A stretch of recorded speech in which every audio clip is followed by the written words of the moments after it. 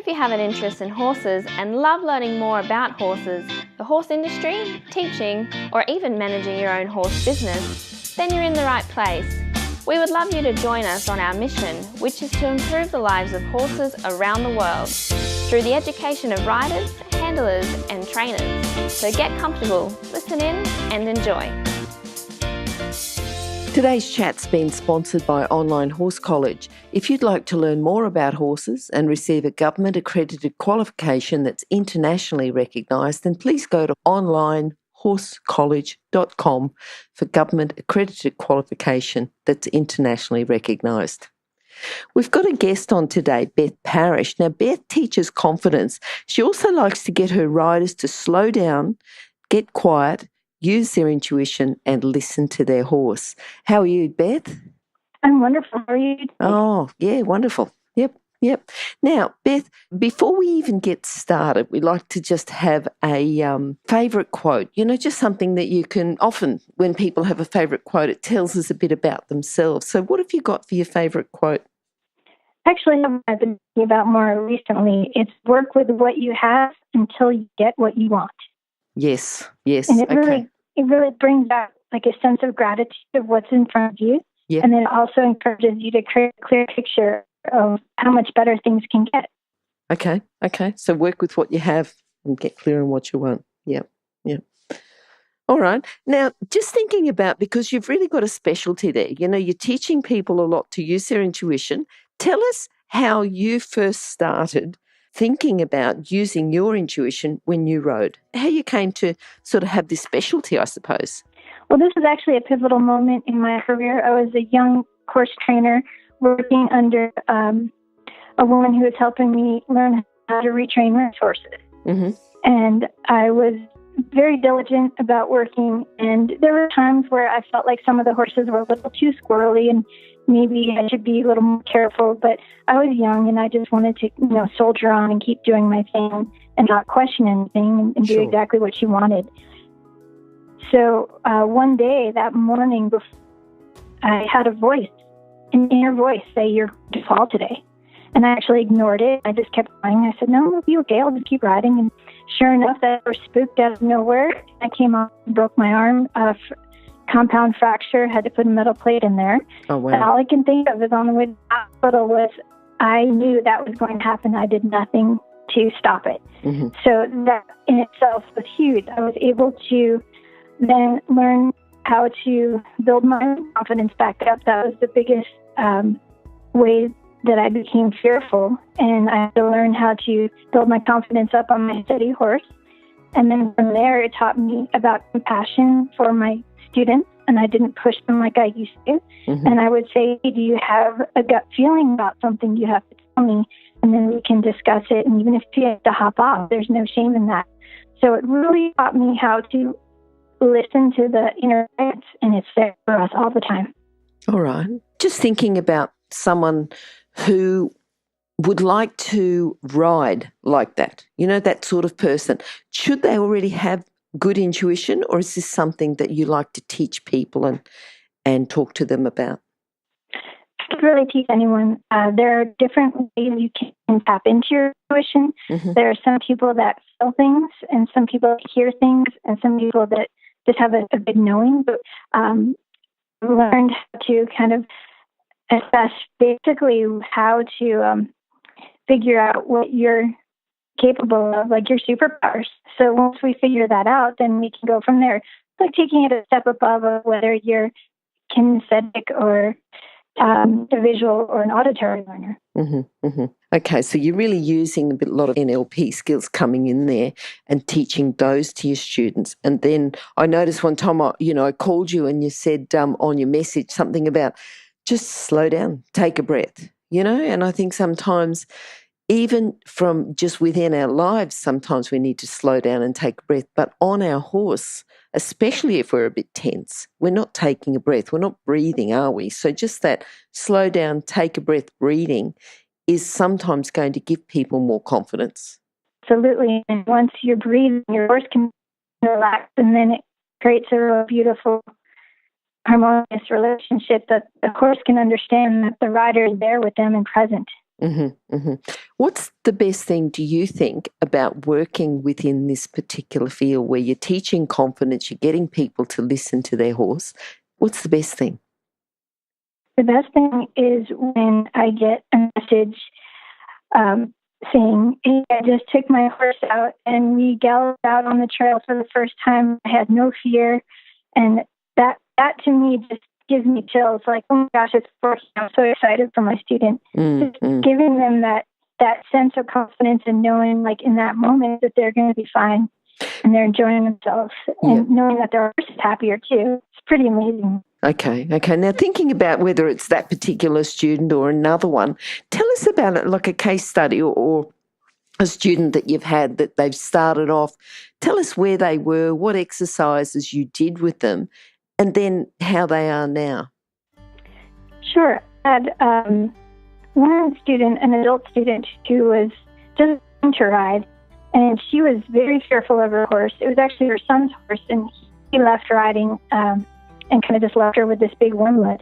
And she would get to the mounting block and actually start shaking. And all we did was work on breathing. And if she wanted to get on for a moment and then hop off, that was okay. And we do that for 3 or 4 lessons. And then after a while, and it would be okay for her to just walk a little bit. And what I ended up doing is I had her ride my steady horse, who would take care of everyone. And she ended up trotting around after a couple months, just in so much joy and happiness, that by the time she got back to her horse that she was afraid of, she was able to do the same with him. And he became a wonderful caretaker as well. So that was a beautiful shift to see that, from like just being terrified to get on and be able to go around trotting real carefree. It was just really neat to see. Yeah. Do you think the size of the horse intimidated her? A little bit. He also had some issues. At the time, he was living in a stall most of his life, and he's not thrilled with that. So when we ended up purchasing him and let him be out in the pasture with other horses, and he transformed beautifully. Okay. He just needed to be like a horse, So that was a big factor. He just wasn't so angry anymore. Yes. Okay. And those horses that you're using, to give people confidence, how do you find them? Is it that you find them and they might be an angry horse and you teach them, train them to be better horses, or do you look for a particular type of horse to teach beginners or not even beginners, but, sometimes experienced riders, but to teach confidence, because you need the horses that are able to do that. What do you do? Do you train them yourself? Do you look for them? It's been a mix over the years. I was really fortunate. My little Rivian was an absolute amazing confidence builder, and he would take care of everyone no matter what. He was down and just know he was going to take care of you. Whereas the Oldenburg Thoroughbred Cross, he was a handful. And in the beginning, I was not entirely sure he'd be great for lessons, so I only let the advanced riders use it. Yep. And then later on, years later, we just developed a relationship, and I truly believe that my Arabian was talking to him. And then I was eventually able to put 5-year-old beginners on him, and he would take care of them. Okay. And it was just amazing. So it was a neat shift, and it just takes a while, just like anything else with horses. So it sounds like you're teaching confidence to riders, but you're teaching confidence to horses as well. Absolutely. Yeah, it goes hand in hand for sure. Yeah. Just thinking about people, they come for a lesson and they say, what's your specialty? And you say, look, I teach riders to slow down, get quiet, use their intuition and listen to their horse. Do you get some people saying, oh, come on, I just want to ride. I don't want to slow down. I don't want to use my intuition. I just want to ride. Do you get people like that? And if you do, what do you say to them? Well, I tell them this is the best way to learn, and if that's not what they're interested in, they can find someone else. So I'm definitely one where I very much am about honoring the fact that the horses let you ride them. Yes. And I think it's so important to keep that appreciation, that gratefulness going, where we even have a ritual now before someone rides. They get on the mounting block, and we put a hand on the withers and a hand on the rump. And I have them take a few deep breaths and wiggle their toes in their boots so it gets them to be present and quiet. And then I simply have them send love and appreciation and imagine that the ride is over. It was one of the best rides ever. And thank the horse for that feeling. And then when you go to get on, the horse is like, oh, the human is here. They're not floating away. So many times when you go to get on, you're just either excited or you have a little nervous energy. And this just like brings you back into your body. The horse appreciates that so much. Okay.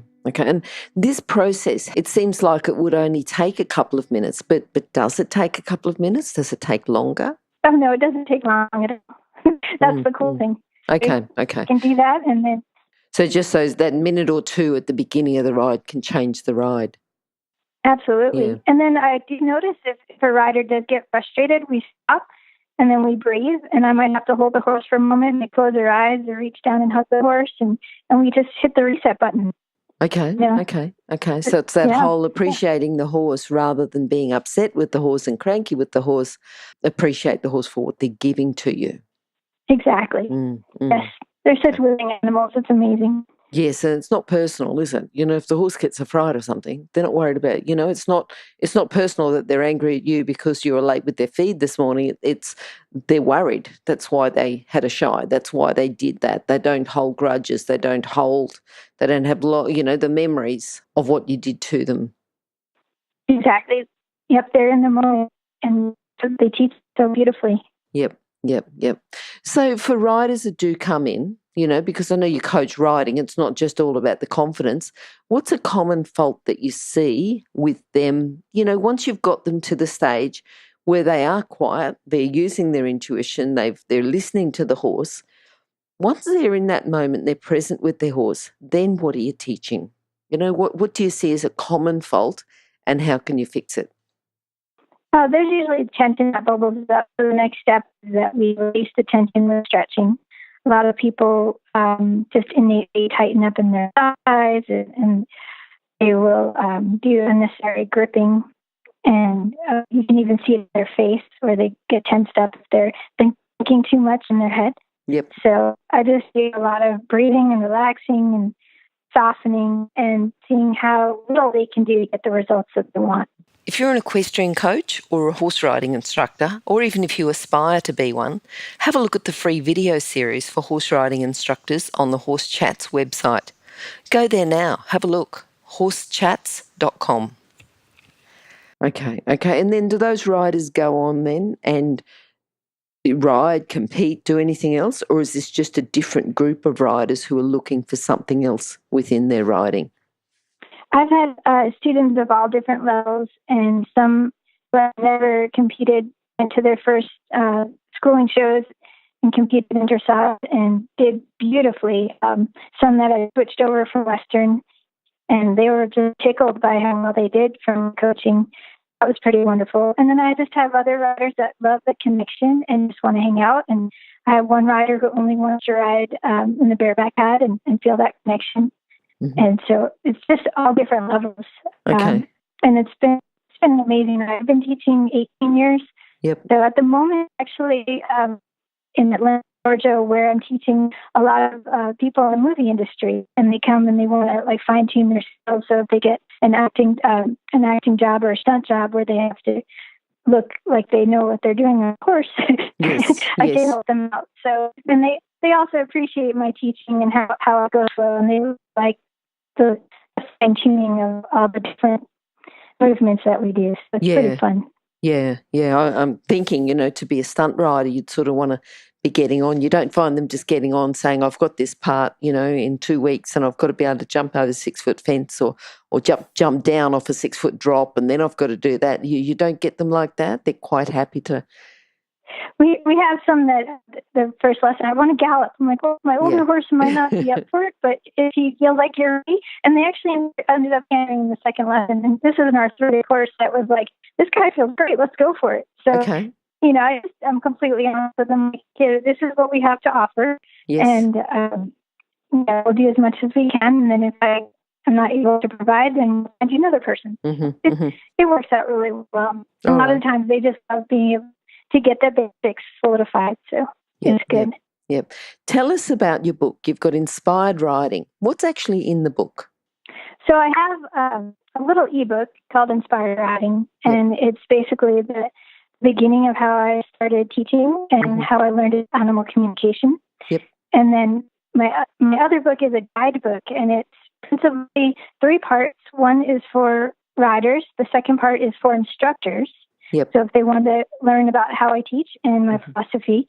And then the third part is about how I have all different stories. So I just put in a few that I thought were really useful. So it would be good to have that. And that's just downloadable right on the website.